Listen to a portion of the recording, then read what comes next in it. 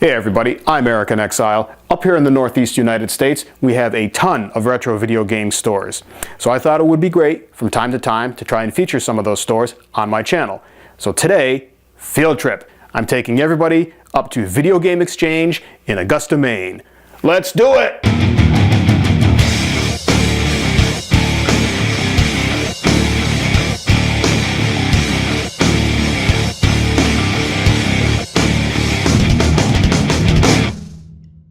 Tell us who you are and where we are. My name is Eric Rosgnell. I own and operate Video Game Exchange in Augusta, Maine. We opened in '95, so whatever that is, what, 22 years now? Almost 23, I guess. Close. And this is something that you do like all day, every day, or? Well, I have an employee, so I'm not here every day, but yeah, this is it. So when did you actually open up the shop? 1995, I think September of 1995, we opened it up. It was actually up the street in a different building. We were there for like a year. It wasn't that great, but then this spot opened up. So we came down here, and then the landlord kind of flaked out and sold the building for like cheap. So we were like, well, we might as well buy the building. Now there's some rents upstairs, and it's a hassle, you know. When did you personally start getting into video games? Oh, I was sure I was really young. I was a video game kid. As soon as there was an Atari in the house, we were playing that. And then, of course, you know, it was my sister's Atari, but I played it a lot. And then, of course, we got a Nintendo. And then, you know, it's pretty much game over after that. We were just doing that all day. Pro wrestling and Mario Brothers. That was incredible. That like blew your mind. People were like, oh God, look how real it looks. Now this sounds ridiculous, but that's what people said then. How real it looked. Look at these guys. Oh my God, that's so stupid. What would you say you would consider your favorite video game of all time? Probably the one that ruined my life the most, probably played the most, would probably be like Doom on PC. Doom 1 and 2. Probably Doom 2. I came into it after Doom 1 was out. I didn't even know Doom 1 was like a thing until we'd already played Doom 2. Then there was no reason to really play Doom 1. It was mostly, not even the campaign, but I had a friend that had a computer store, so we had multiple PCs hooked up, and we would do that day in and day out. And there was no reason to play Doom 1 because I didn't have a double barrel shotgun, so we were like, we're not playing that against each other. So yeah, pretty much that. Those were good times. We played that. There was like a divorce involved. People didn't go home. It was nuts, dude. Loved it. Making levels all day. No one got any work done. It was ridiculous. Up all night. No one knew where anyone was. We just did that. We just did it all day, all night, all day, all night. Yeah, that was probably it. That one probably played that game the most. And the second would probably be like Tekken. But with that particular game, it's hard to continue playing it because there's very few people, at least in this area, that play it. Playing online is kind of a wash because everyone's like some juggle master, but having an actual competent opponent to play with all the time is impossible. I've probably only met a couple people that were genuinely as good at it as I was, that we could go back and forth. Everyone else after that, it's just kind of like, you know, it's just a slaughter. You have to like let them win. They get frustrated after like 3 matches, and then that's no fun. You just like, you know, intentionally dying so you have someone to play with. So that kind of lost its luster. I got to my license plate up there, so it was really important for a while. But yeah, everyone that was good at it disappeared. They're gone. They're in jail or something. They moved away. I don't know. In your experience with video games, what would you consider to be the worst video game you've ever played? Ooh, that's actually tough. I would say, unequivocally, the worst game I ever played that was supposed to not be bad was Fable 3 on Xbox 360. That game single-handedly made me never read a video game review again.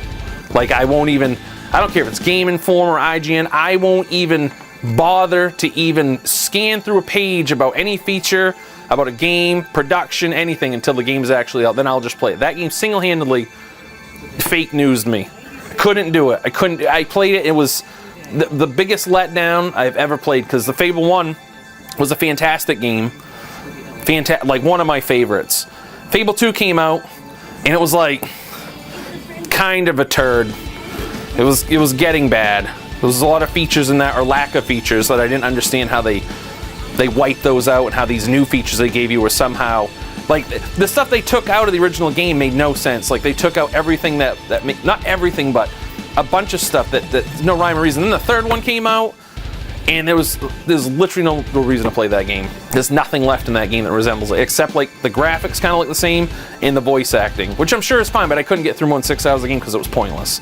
That game, biggest disappointment I've ever played. Oh, you know, there's another one that's really bad too. Another one was Def Jam Icon on Xbox 360. I think it was on PS3 also. Not that I'm like a humongous, like, diehard Def Jam player, but we did play it. Because I was never like a rap kid or whatever. You know, I grew up in the woods or whatever. It's not my thing. It's not like I found that game because I'm like, oh, Snoop Dogg's great. That's not what happened. But we did have friends and we played it, and that game is fantastic. Def Jam Vendetta is good, and this is one of the few games. Def Jam Fight for New York, which is the second one, is unbelievable. That game is unbelievably fun. Like, even as far as a fighting game, it's got 4-player decking each other. It's violent. The game is out of control. And then when it came to 360, the gen after that, we were so jazzed when Icon came out. And I remember we all went to my house, everyone that played it, and we were playing it, and it was so junk that we were like reading the manual because it didn't have like finishers in it anymore, and it was just the stupidest thing. It was another one of those situations like I can't even believe that they would take this flawless game and instead of just adding some backgrounds and some new characters and maybe a couple little fundamental things, just change them up a little bit, just give us more. They just changed the way the whole thing played, and it was an absolute dump. And no one cares about that game.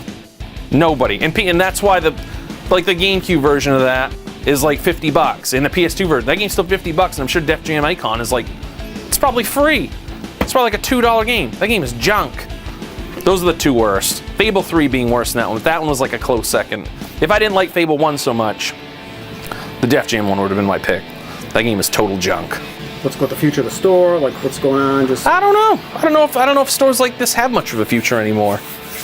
I know it's kind of bleak, but with all the digital downloads and, you know, all the systems and everyone's just like downloading things and everyone's like more, I don't even know what the word is. They're just, I mean, we sell plenty of retro stuff. I mean, we sell quite a bit of the new stuff, but it's just not, I tell you, it's not like it was when PS2 was out. And PS1. PS2 probably the heyday. I mean, that was crazy. Everyone was kind of just getting into video games, and everyone had a PS2, and everyone did that stuff. But now, it's kind of tapered off. You know, with games like Fortnite, what really tapered off and hurt, I think, is like there's tons of gamers out there that they just play like Madden and Call of Duty. If you had a PS2 back in the day, you didn't do that. Most people played a lot of everything. They bought different games. But now, you have a ton of people that probably buy Call of Duty, it comes out, sit in their disc tray, and it probably sits there all year until the next one comes out, and then they take that one out and stick it in. You have lots of gamers that are very focused on one game. They're not, because the games are so big now with all the online stuff like that. They're not beating the games, getting tired, and buying another game to keep their interest. They're playing Fortnite for a year long, which is nuts because that game is insane. I don't even get it. I don't know how anyone even plays that game. So there you have it. I'd like to do more of these types of videos in the future. If you like what I'm doing here, go ahead and give me a thumbs up. Subscribe to the channel, share the video with your friends. I want to thank everybody for joining in today, and I'll see you in the next video.